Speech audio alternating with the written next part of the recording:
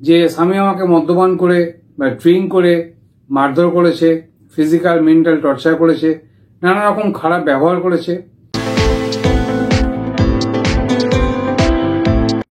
নমস্কার বন্ধুরা, আজকে একটা নতুন ব্যাপার আপনাদের সঙ্গে আলোচনা করতে এলাম।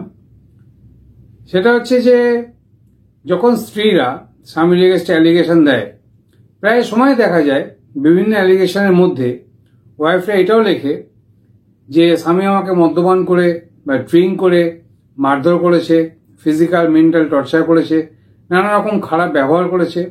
এগুলো ওয়াইফরা মোটামুটি লিখেই থাকে তারা অ্যালিগেশনে, এবং সাধারণ ক্ষেত্রে এটা দেখাও যায় যে ওয়াইফরা এটা লেখে যে স্বামীর যে ড্রিঙ্কের ব্যাপার, যে মদ্যপানের ব্যাপার, সেটা লিখে রাখে তাদের যে অ্যালিগেশনগুলো থাকে। সুতরাং আজ ড্রিঙ্ক নিয়ে বা মদ্যপান নিয়ে যে ব্যাপারটা আছে সেটা আমি আপনাদেরকে বুঝিয়ে বলছি যে কখন এটা মদ্যপানটা কখন কোয়ালিটি হবে, ছেলের দিক থেকেই হোক আর মেয়ের দিক থেকেই হোক, স্বামীর দিক থেকেই হোক বা স্ত্রীর দিক থেকেই হোক। কিন্তু ব্যাপারটা হচ্ছে যে দেখুন, এখন একটা সাধারণ ব্যাপার এসছে, যেটা হচ্ছে ছেলেরা তো মদ্যপান বা ড্রিঙ্ক করেই থাকে ডেফিনেটলি, কিন্তু আজকাল মেয়েরাও মোটামুটি ড্রিঙ্ক করে, এটা সবাই আমরা দেখছি আজকাল।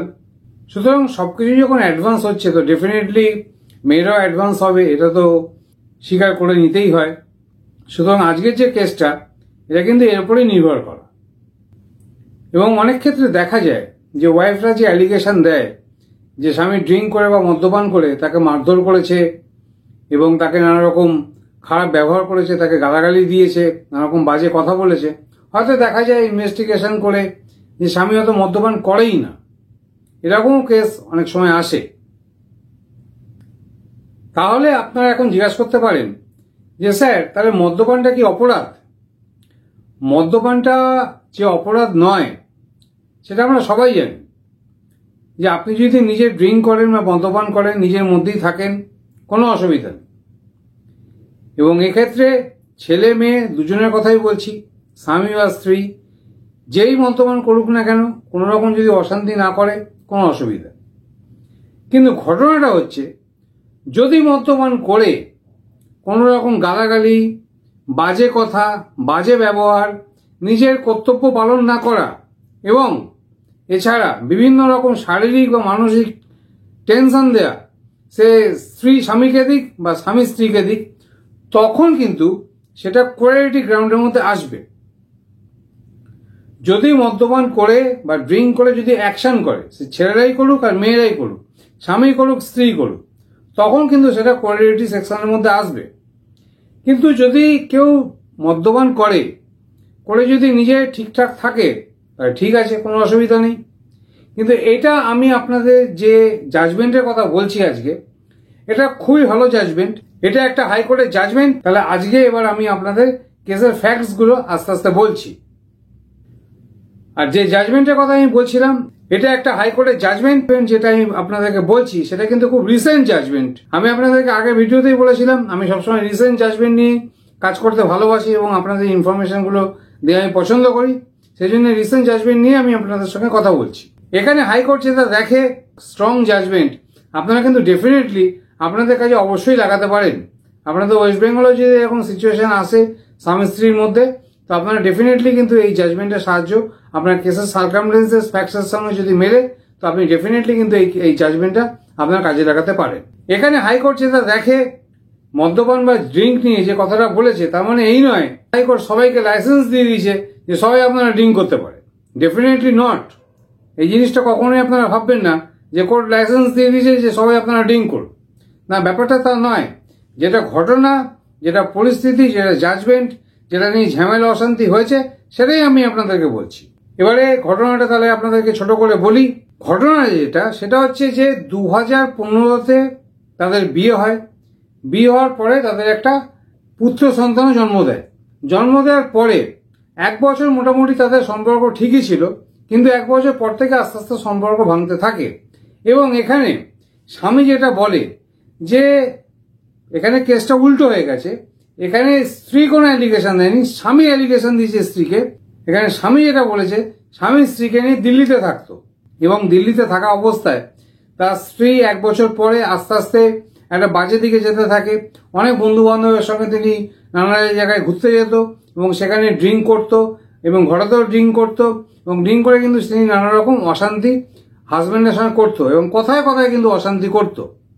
সুতরাং এখানে হাজব্যান্ড যে ডিভোর্স পিটিশনটা করে ফ্যামিলি কোর্টেতে, সেটা on the basis of quality and ডিজার্শন।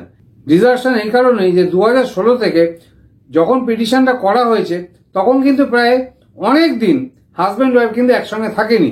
যেহেতু একসঙ্গে থাকেনি তাহলে আপনারা জানেন অবশ্যই, আমার ভিডিও এতদিন ধরে দেখছেন যে ডিভোর্সের ক্ষেত্রে ডিজার্শন কিন্তু একটা বড় ব্যাপার। এটা কিন্তু আপনাদের সবসময় খেয়াল রাখতে হবে যে স্বামী স্ত্রী অনেকদিন ধরে আলাদা আছে।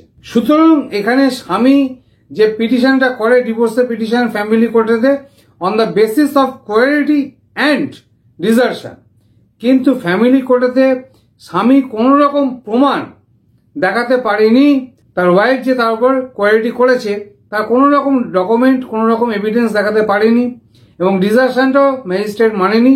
সুতরাং ফ্যামিলি কোর্ট থেকে কিন্তু কেসটা খারিজ হয়ে যাওয়ার পরে স্বামী ডেফিনেটলি এটা হাইকোর্টেতে চ্যালেঞ্জ করে। এখানে হাইকোর্ট যেটা দেখে, যেটা ফ্যাসলা নেয় সেটা আমি আপনাদেরকে বলছি। এখানে হাইকোর্ট যেটা দেখে কেসটা চ্যালেঞ্জ করে, হাইকোর্টও কিন্তু যে স্ত্রী তাকে দেখা যায় নোটিশ পাঠায়, কিন্তু সেই নোটিশে কিন্তু স্ত্রী হাজির হয়নি হাইকোর্টে।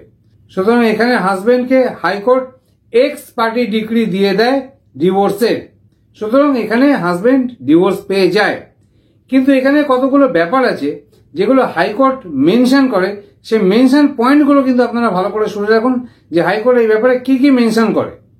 হাইকোর্ট এখানে একটা ব্যাপার খুব ভালোভাবে ফোকাস করে যে মদ্যপান করাটা, সেটা স্বামী করুক বা স্ত্রী করুক, সেটা কোনো কোয়ালিটি গ্রাউন্ডের মধ্যে আসছে না।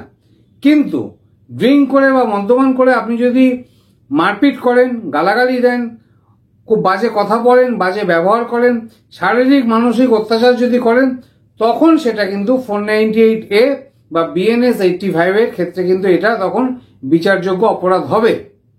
তখন কিন্তু BNS 85 বলুন বা 498A বলুন, তার ভেতরে কিন্তু আসবে। সুতরাং আপনি যদি ড্রিঙ্ক করেন দ্যাট ইজ নো প্রবলেম, কিন্তু ড্রিঙ্ক করে কোনো রকম ঝামেলা করবেন না। এই জাজমেন্ট থেকে এটাই আমাদের শেখার ব্যাপার। আর আপনারা এটাও মনে করবেন না, আমি আপনাদেরকে আগেই বললাম যে এই কথাটা মানে এই নয় যে হাইকোর্ট সবাইকে লাইসেন্স দিয়ে দিয়েছে যে সবাই আপনারা ড্রিঙ্ক করুন, না, তা কখনোই না। এই কেসটার ব্যাপারের জন্য আমি আপনাদেরকে কথাটা বলছি। আর এখানে এই কেসেতে 2016 থেকে হাজবেন্ড এবং ওয়াইফ আলাদা ছিল এবং কোর্টের নোটিশ পাঠানো সত্ত্বেও ওয়াইফ হাজির হয়নি, কিন্তু ওয়াইফ বাই পোস্ট হাইকোর্টেতে একটা অ্যাফিডেভিট পাঠায় যে তার স্বামী যদি তাকে ডিভোর্স দিয়ে দেয় তাতে তার কোনো রকম আপত্তি নেই। এরকম একটা অ্যাফিডেভিট বাই পোস্ট তিনি হাইকোর্টেতে পাঠান। সুতরাং এই যে লেটারটা তিনি হাইকোর্টেতে পাঠিয়েছেন তারও কিন্তু একটা স্ট্রং গ্রাউন্ড হয়ে গেল স্বামীর যে ডিভোর্স পাওয়ার। সুতরাং এখানে হাইকোর্ট কিন্তু স্বামীকে ডিভোর্স এক্স পার্টি ডিভোর্স ঘোষণা করে দেয়, যেহেতু তার ওয়াইফ একটা অ্যাফিডেভিট জমা দিয়েছে যে তার স্বামী যদি তাকে ডিভোর্স দেয় তার কোনো আপত্তি নেই। তাহলে আমি আপনাদেরকে যেটা মেন কথা বলতে চাইছিলাম যে মদ্যপান বা ড্রিঙ্ক করা তার সেটা যে আপনার ডিভোর্সের একটা গ্রাউন্ড হবে তা কখনোই হবে না। কিন্তু আপনি যদি উল্টোপাল্টা করেন, যেটা আমি আপনাদেরকে দুবার বললাম, সেরকম যদি ব্যবহার করেন তখন কিন্তু এটা একটা 498A আগের আইন অনুযায়ী এবং নতুন আইন অনুযায়ী BNS 85 এর আন্ডারে কিন্তু অবশ্যই চলে আসবে এবং কোয়ালিটি বলে অবশ্যই বিচার করা হবে। তাহলে আশা করি আপনারা ভিডিওটা অবশ্যই বুঝতে পেরেছেন। তাহলে আজ এই বলে এখানে ভিডিওটা শেষ করছি। নমস্কার, thank you for watching this video, thank you.